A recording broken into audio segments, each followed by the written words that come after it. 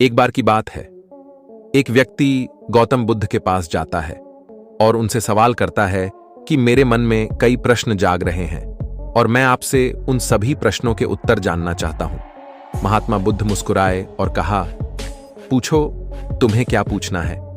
व्यक्ति ने कहा, मैं जीवन से बिल्कुल भी खुश नहीं हूं। दुखों का पहाड़ ने मुझे घेर रखा है। मेरी जिंदगी में कुछ भी अच्छा नहीं हो रहा है।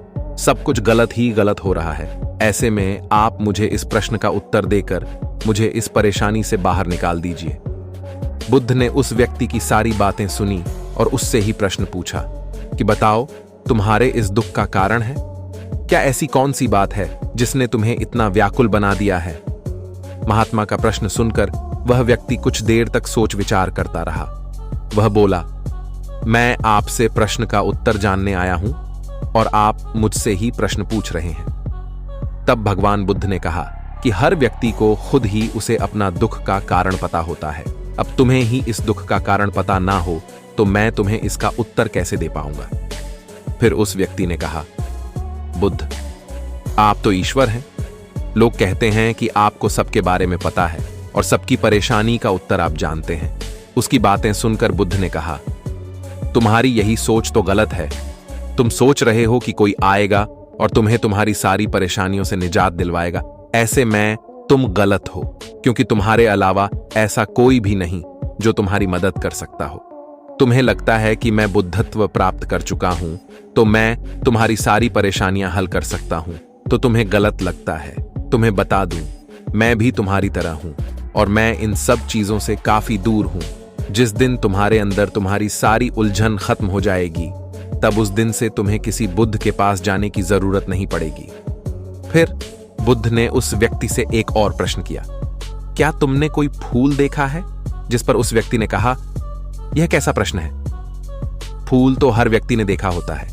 इस पर महात्मा ने कहा, अब फूल सवेरे एक कली होता है, दिन में खिलकर फूल बनता है और फिर रात में मुरझा जाता है। इसीलिए अगर पुष्प भी यही सोचे कि वह शाम को मुरझा जाएगा तो फिर वह खिले ही क्यों? ऐसे में अगर तुम भी हमेशा दुखों के बारे में सोचते रहोगे, बस तुम भी खुश नहीं रह पाओगे। इसीलिए अच्छा रहेगा कि तुम अपने जीवन पर सकारात्मक चीजों पर ध्यान दो, जो तुम्हें खुश रखे।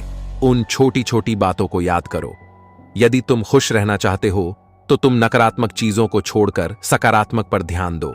गौतम बुद्ध की बातें सुनकर वह व्यक्ति कुछ देर तक सोचता रहा और फिर कहने लगा कि बुद्ध, क्या ऐसा हो सकता है कि मेरे जीवन का सभी दुख एक साथ खत्म हो जाए, मेरी सभी परेशानियां समाप्त?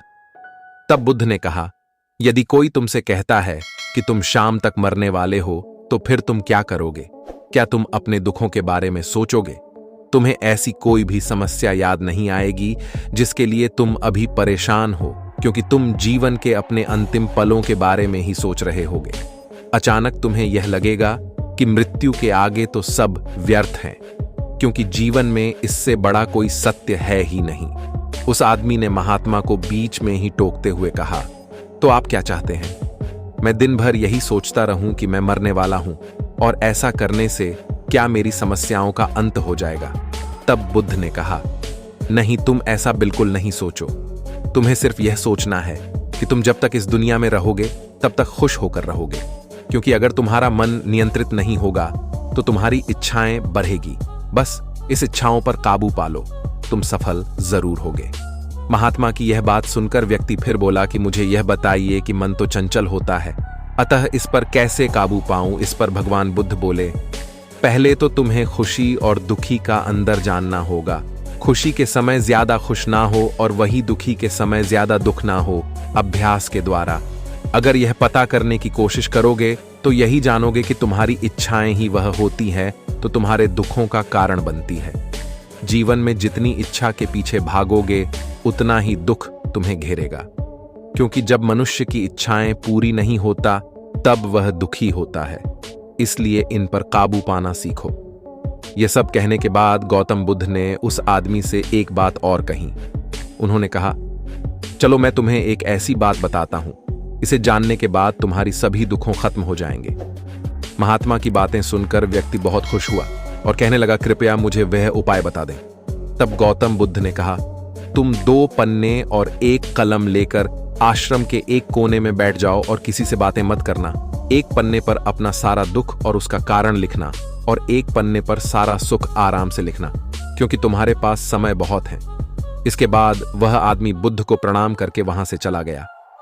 कुछ दिन बीते और वह व्यक्ति पुनः महात्मा बुद्ध के पास पहुंचा। उसके हाथों में बहुत सारे कागज थे। फिर उसने बुद्ध से कहा कि मैंने सब लिख लिया है। महात्मा बुद्ध उसकी बात सुनकर मुस्कुराए। फिर महात्मा ने उसे पहले दुख वाला कागज पढ़ने को कहा। वह कागज में पढ़ना शुरू किया। मेरे सारे भाई अमीर हैं और मैं गरीब हूं, क्योंकि मैं काम करने से डरता हूं, दिन भर आराम करता हूं और दूसरों से तुलना करता रहता हूं। दूसरा, मेरे पड़ोसियों ने बहुत सा धन बचत के तौर पर रखा है, लेकिन मेरे पास बचत के नाम पर कुछ भी नहीं। इसका कारण यह है कि मैं मेहनत कम करता हूं और इसीलिए थोड़ा कमाता हूं, लेकिन मेरे खर्चे ज्यादा है क्योंकि मेरे संगति गलत हैं। तीसरा, मेरी स्त्री बीमार है। पैसे ना होने के कारण मैं उसे वेद के पास नहीं ले गया और यह भी सोचता रहा कि वह किसी दिन मर जाएगी तो मैं किसी दूसरी स्त्री से विवाह करूंगा। व्यक्ति कागज पढ़ता पढ़ता रोने लगा और उसे एहसास हुआ कि उसके गलत कामों का ही यह नतीजा है जो उसे इतने दुख झेलने पड़ रहे हैं। गौतम बुद्ध मुस्कुराए और कहा कि चलो अब अपना खुशियों वाला कागज पढ़कर सुनाओ। तब हुआ व्यक्ति फिर से उत्साहित होकर वह कागज पढ़ने लगा। उसने कहा, मैंने जो कुछ भी इन 2 दिनों में सीखा वह मैंने पूरी जीवन में नहीं सीख पाया। पिछले 2 दिनों में मैंने यह सोचा कि मेरे अंदर असीम शांति और खुशी का सागर भरा पड़ा है तथा मैं इस अनुभव को पाकर अत्यंत खुश हूं। मेरी खुशी की सूची काफी लंबी है और मैं यह इतने लंबे आपको पढ़कर नहीं सुना सकता। उस आदमी के मुंह से यह बात सुनकर गौतम बुद्ध मुस्कुराए और कहा, व्यक्ति को जब तक ज्ञान नहीं होता तब तक वह अंधेरे में भटकता रहता है। जब उसे अपने मन को नियंत्रित करने का सही उद्देश्य मिल जाता है, उसके बाद वह अपना जीवन भी खुशी से बिताने लगता है।